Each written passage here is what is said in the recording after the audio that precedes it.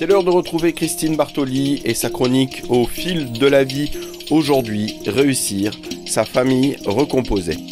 On choisit pas ses parents, on choisit pas sa famille.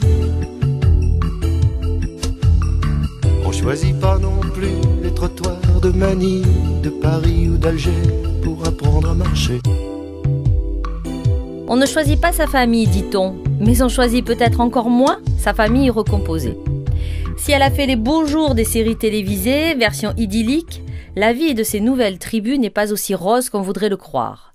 Jalousie à arbitrer, difficulté à trouver sa place, interrogation sur l'autorité sont autant de défis à relever au quotidien.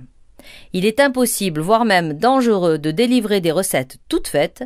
Il vaut mieux essayer de comprendre les différents enjeux et de proposer des repères destinés à mieux cerner le rôle de chacun. Alors, un des points les plus importants, c'est l'arrivée du nouveau conjoint dans la famille. En effet, l'enfant a besoin de temps pour accepter de créer un lien avec un adulte, surtout lorsqu'il s'agit du conjoint de son parent. Avant d'accueillir celui-ci à la maison à plein temps, il faut en parler longuement avec lui.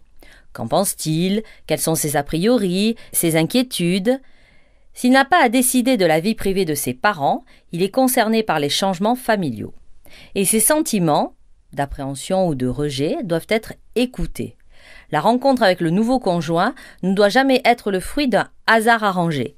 Elle doit être assumée et revêtir un côté officiel, car elle permet la conclusion de discussions et trace un nouveau cadre pour l'enfant. Il va de soi que le choix des circonstances doit mettre tout le monde à l'aise, à commencer par le futur beau-parent, car c'est d'abord de lui que dépendra l'envie de l'enfant de s'investir dans cette nouvelle relation. Alors justement, quelle est la place de ce nouveau beau-parent ? Pour se structurer, l'enfant a besoin de comprendre que son beau-parent n'est pas un copain ou un égal, mais un adulte sur lequel il peut compter et à qui, en échange, il doit respect et obéissance. Le beau-parent a un rôle éducatif et, au minimum, le devoir d'autorité et de protection, sans pour autant se substituer au père ou à la mère. Dans cette relation, qui dépendra de ce qu'il se sent prêt à investir et de ce que l'enfant a besoin de trouver auprès de lui, le rôle du parent présent est décisif. Il doit aider son conjoint à prendre sa place dans la famille en le responsabilisant et en lui laissant des initiatives en matière de vie familiale. Bien évidemment, l'appellation papa ou maman n'est pas souhaitable, d'autant plus si le vrai papa ou la vraie maman participe à l'éducation de l'enfant. Alors, comment, pour l'adulte, être un parent juste ? On se pose en effet la question suivante. Doit-on traiter son enfant et celui de l'autre de la même façon ? Tout le monde est confronté à cette question. S'il faut veiller à ne privilégier personne, on ne peut nier qu'il existe une différence entre la relation à son propre enfant et à celui de l'autre. Admettre cette réalité, c'est se donner les moyens d'être un parent juste. Comme dans une famille traditionnelle, il s'agit d'accepter que l'on considère chaque enfant de façon différente. C'est toujours une relation singulière qui se construit entre deux personnes. Il peut, dans ces cas-là, exister des divergences dans l'éducation. Pour pallier à cela, les règles concernant la vie commune doivent être énoncées clairement et respectées par tous, même si les enfants ne partagent le même toit que le week-end. Rien de pire que des parents qui se contredisent devant les enfants. Ceux-ci le ressentent et utilisent les failles. Si les désaccords, bien sûr inévitables, apparaissent, il faut savoir laisser passer sur l'instant avant d'en reparler en tête-à-tête pour se mettre d'accord sur la règle à suivre. Enfin, dans les familles recomposées plus que dans les autres, il est nécessaire d'inventer des rites, des fêtes, des discussions, des sorties, car ils permettent de tisser collectivement une culture familiale. Au fil de la vie.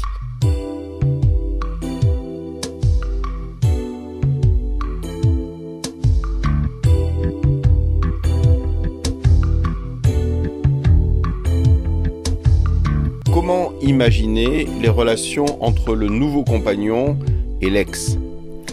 Il est important d'informer son ex de l'arrivée de son nouveau compagnon. Il ou elle est en droit de savoir auprès de qui son enfant va grandir. Il ou elle sera moins tenté de jouer les espions en se servant de l'enfant. Mais inutile de faire semblant de s'aimer, car cela déroute parfois l'enfant. Si tout le monde s'entend si bien, pourquoi ne pas vivre sous le même toit ? ce qui ne signifie pas que les conflits soient souhaitables, d'autant que l'enfant en devient vite l'enjeu central. Des jours de garde que l'on se dispute, des projets de vacances que l'on annule, autant de règlements de compte dont il est la première victime.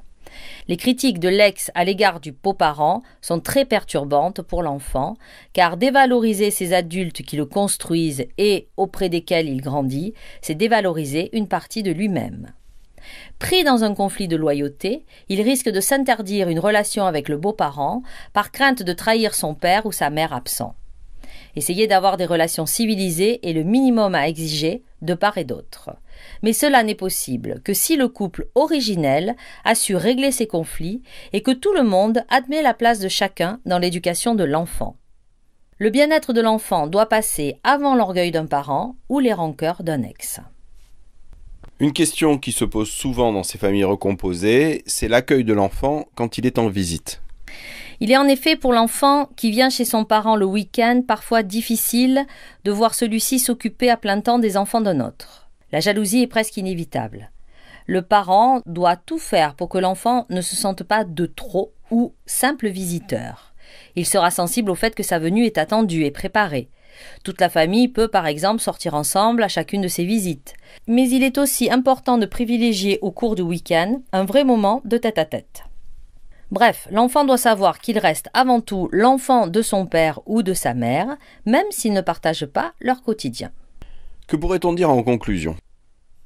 La gestion des familles recomposées est difficile, mais bien sûr cela se fait au cas par cas.